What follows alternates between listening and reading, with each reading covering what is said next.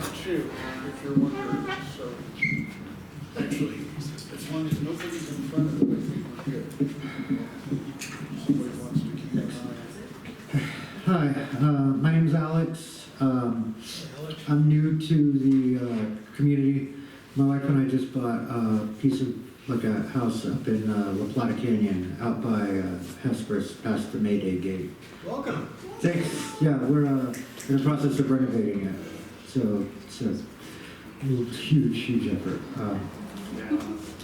Yeah, so originally we're from Houston, Texas. Moving up here because to get away from a lot of things. Just leave it at that. I don't want to. I could be up here for like 20 minutes talking about all the problems in Texas. This piece is inspired by some experiences I've had in Houston, and I'm reading it here to see if it works in a place where nobody knows what it'll be like. None of the references will matter. Caroline was tragic magic. She was a pipeline princess from the Louisiana oil coast, home of oyster shell roads, melanoma, and day drinking.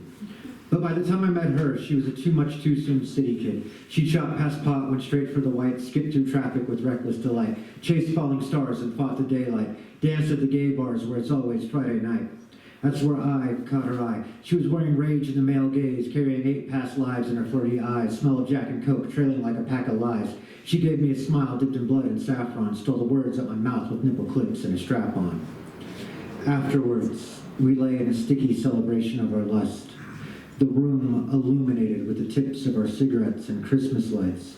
She lifted the red leather domino mask, unsheathed cheekbones sharp enough to draw blood, and gave me a look stained with loneliness.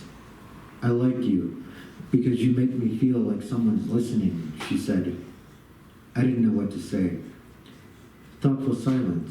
You wear it well, she said, her half-closed hazel eyes hid behind a French inhale.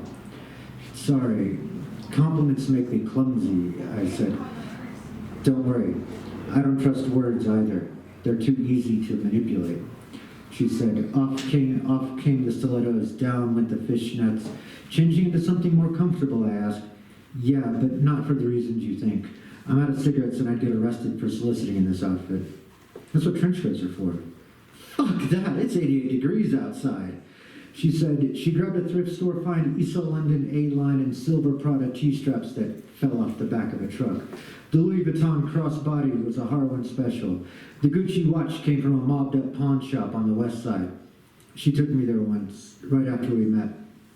It was a hell of a hawk shop. We were sliding down the city's 6-lane spine, blowing blueberry kush, stoned out our minds. Caroline was a talker, one of the ones that takes a toke and sounds like she's done a party line. We were blasting raw power through half a ton of Detroit steel. In between cigarettes and working the 3 on the tree, she told me how her granddaddy helped her rebuild that beast of an engine in that old Dodge pickup truck. She's got a 426 wedge head stock. She wasn't in too bad a shape when we found her. Just needed a new camshaft, flywheel, sump, and head gasket. She was pretty close to brand new. The big problem was the tranny. The poor baby had a load flight automatic. Papa and I slapped in a 67 Charger 4-speed. What dumbass thought putting a 3-speed auto up against 365 horses was a good idea. I looked away from that white line fever dream stretched out to the half-lit horizon. Those cookie-cutter cottages and strip center strip clubs that make up this city without a center. That circus of shattered souls where benzene and butadiene burn like falling angels under a corporate sky. I shook my head. I have no idea what you just said. She glanced over, corkscrew curls bouncing in the 440 AC, Ray-Ban slow and low on a celestial nose, and gave me a buttermilk smile. That's what makes you artsy boys so cute. You couldn't tell a socket from a sprocket. Thank you.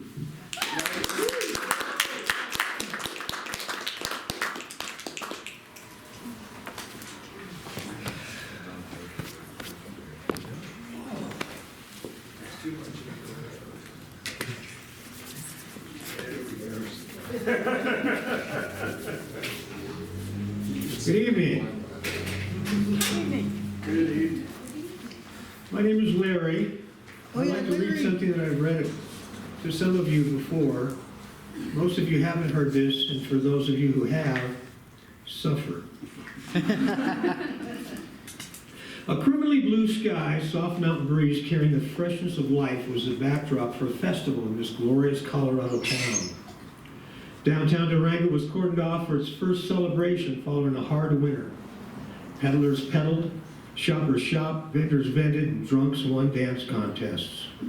Jesters jested, and banners proclaiming First Friday blazoned across Main Avenue at every intersection. And laughter rang supreme above the burgeoning crowd. Musicians made their magic playing all of my favorite songs from decades past, and inevitably, I invited myself on stage, and we belted out rock and roll, love songs and ballads, all committed to memory from my previous lives. And then, I spotted her in the crowd. A yellow sundress, a shock of red hair. She smiled and then laughed. Over the PA, I asked her to dance, and she offered a proper curtsy. And I surrendered the microphone to roaring applause. We danced as the sun set. Holding me tightly, she matched my every step. Her hair smelled of sunshine.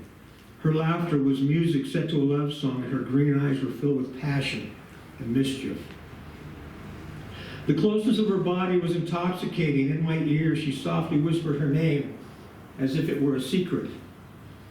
She held me for just so long, and then, as if time itself stood still, cradling my face in both of her hands, she kissed me. She kissed me, full and deep on my lips, a wanting kiss, a knowing kiss, knowing that it would be the only kiss we would ever share. I could feel her body tremble. Sadly, she then said goodbye.